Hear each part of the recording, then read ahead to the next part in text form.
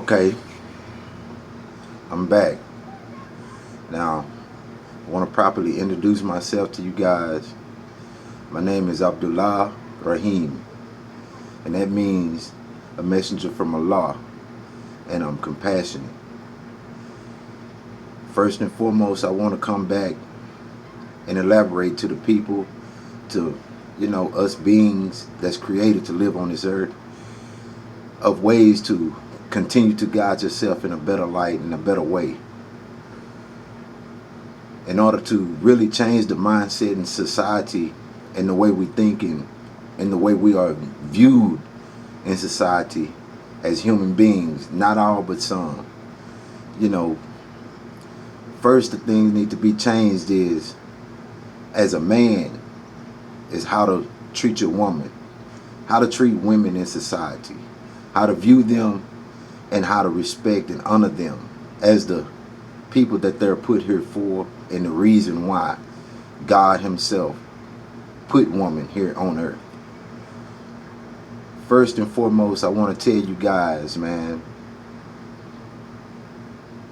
it's best that in the eyesight of God, not the eyesight of me, not the eyesight of the next man, but in the eyesight of God, to honor the woman, honor your mother and your daughters, your sisters, each and every individual woman, honor them for the dignity and grace that they carry and the purpose that they carry. The purpose that they carry is to bear children. That's a common thing that we all know. But in order to allow them to be comfortable, so they not upset and all, we got to treat them with more dignity, treat them with more kindness, and treat them with more respect. Because the woman is the biggest blessing to earth. Because without the woman, you have no man.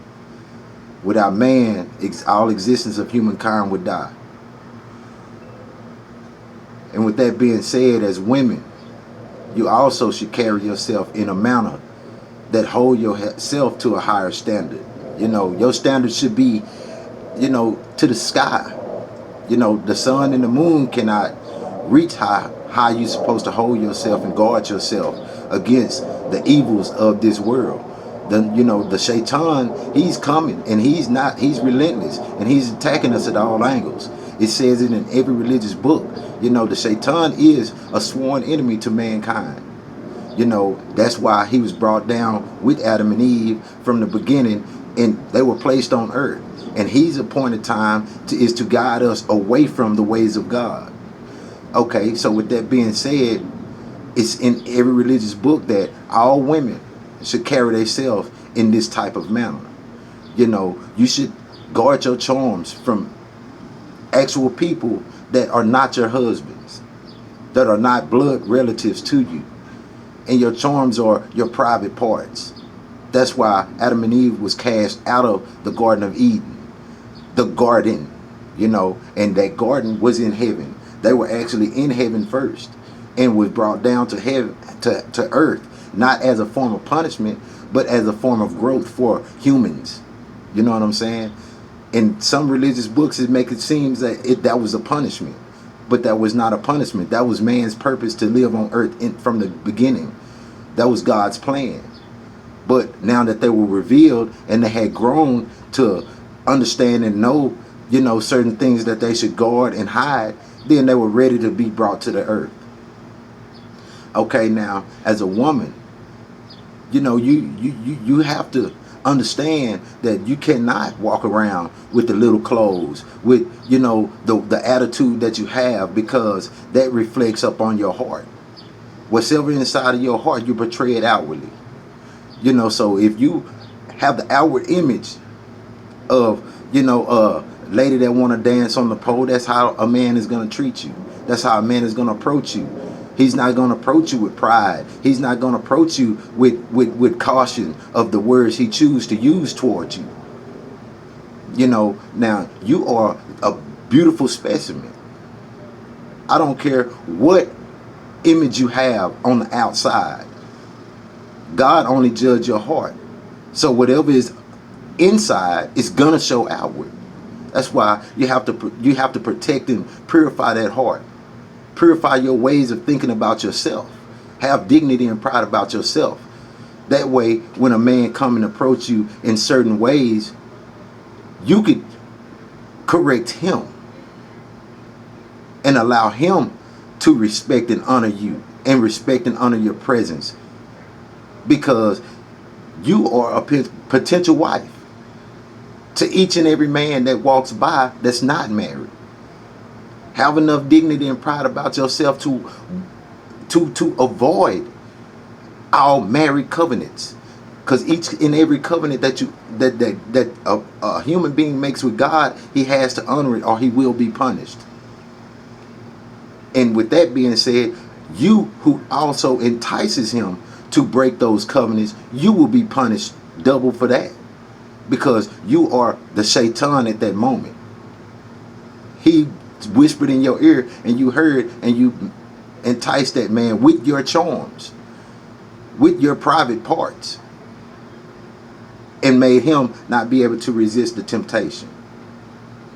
So I say to you women, you have to change your mindset, you have to change your heart, and you have to walk with your head up, because you are the biggest blessing.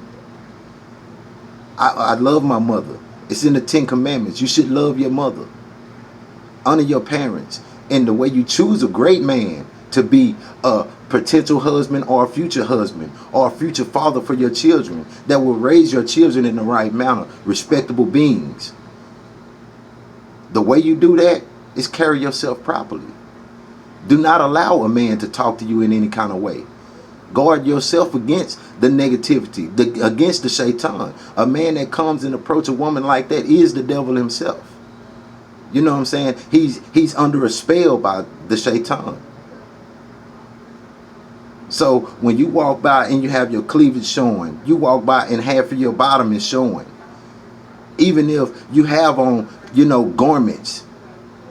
I know a lot of women, they wear the spandex and things like that. Okay, you can wear that, but still guard your private parts. Cover them. Do not have a man approaching you based off of your private parts. That is something sacred to you. You do not reveal openly your private parts. You may as well give him your heart in your hand, because that's what you're showing. You're showing that that's what's in your heart. It's only your private parts. You have no dignity. You have no pride. You have no sense of self-worth. And you're worth more than that, because you're the biggest blessing to ever touch the earth. When God created Eve for Adam, he gave Eve a relief. And that's what a woman is, a relief for man. It's a lot of pressure on man as it is. He should not be pressured by the enticements of women. Not in that manner. He should receive the blessing of a woman who's dignified, who's cleansed and pure.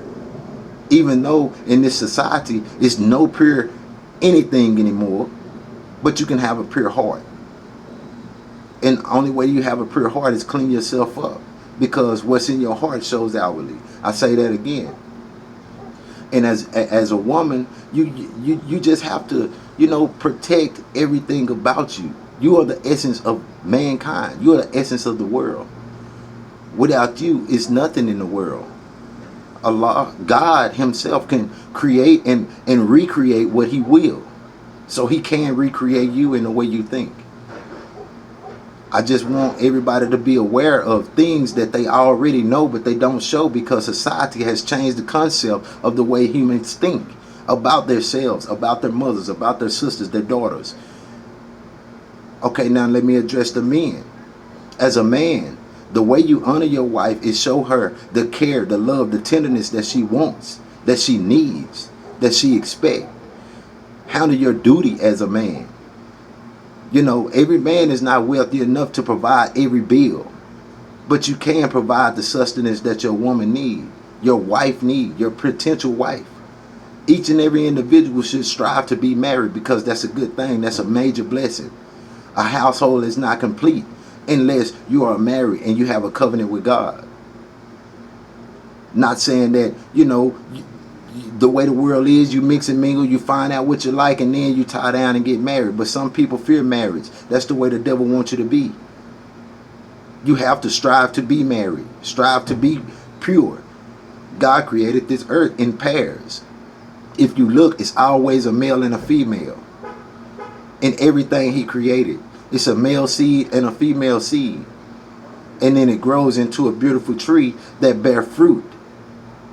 A married couple is a tree, and your children are the fruit from that tree.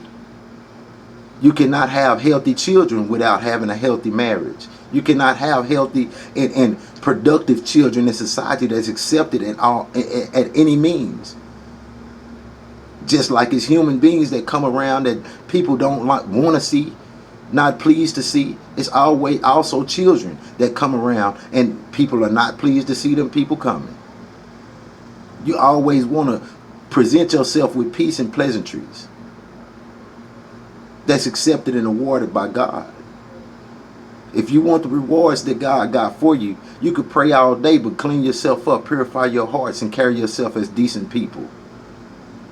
And with that being said, you know, I'm not reading verbatim from the book that I read, you know, but eventually I'm going to get to that point to where I'm breaking down actual scriptures and ayats from my book, because I'm presenting myself as a form of a guide as well as a practicing person in my religion.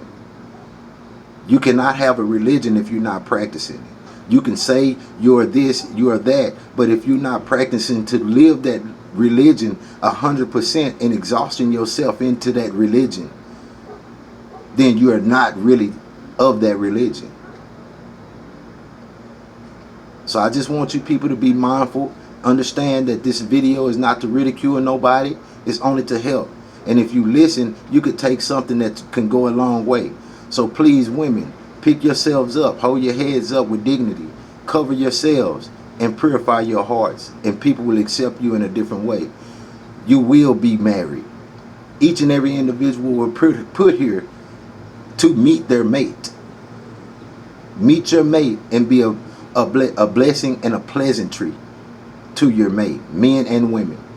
With that being said, Assalamu alaikum wa rahmatullahi wa barakatuh.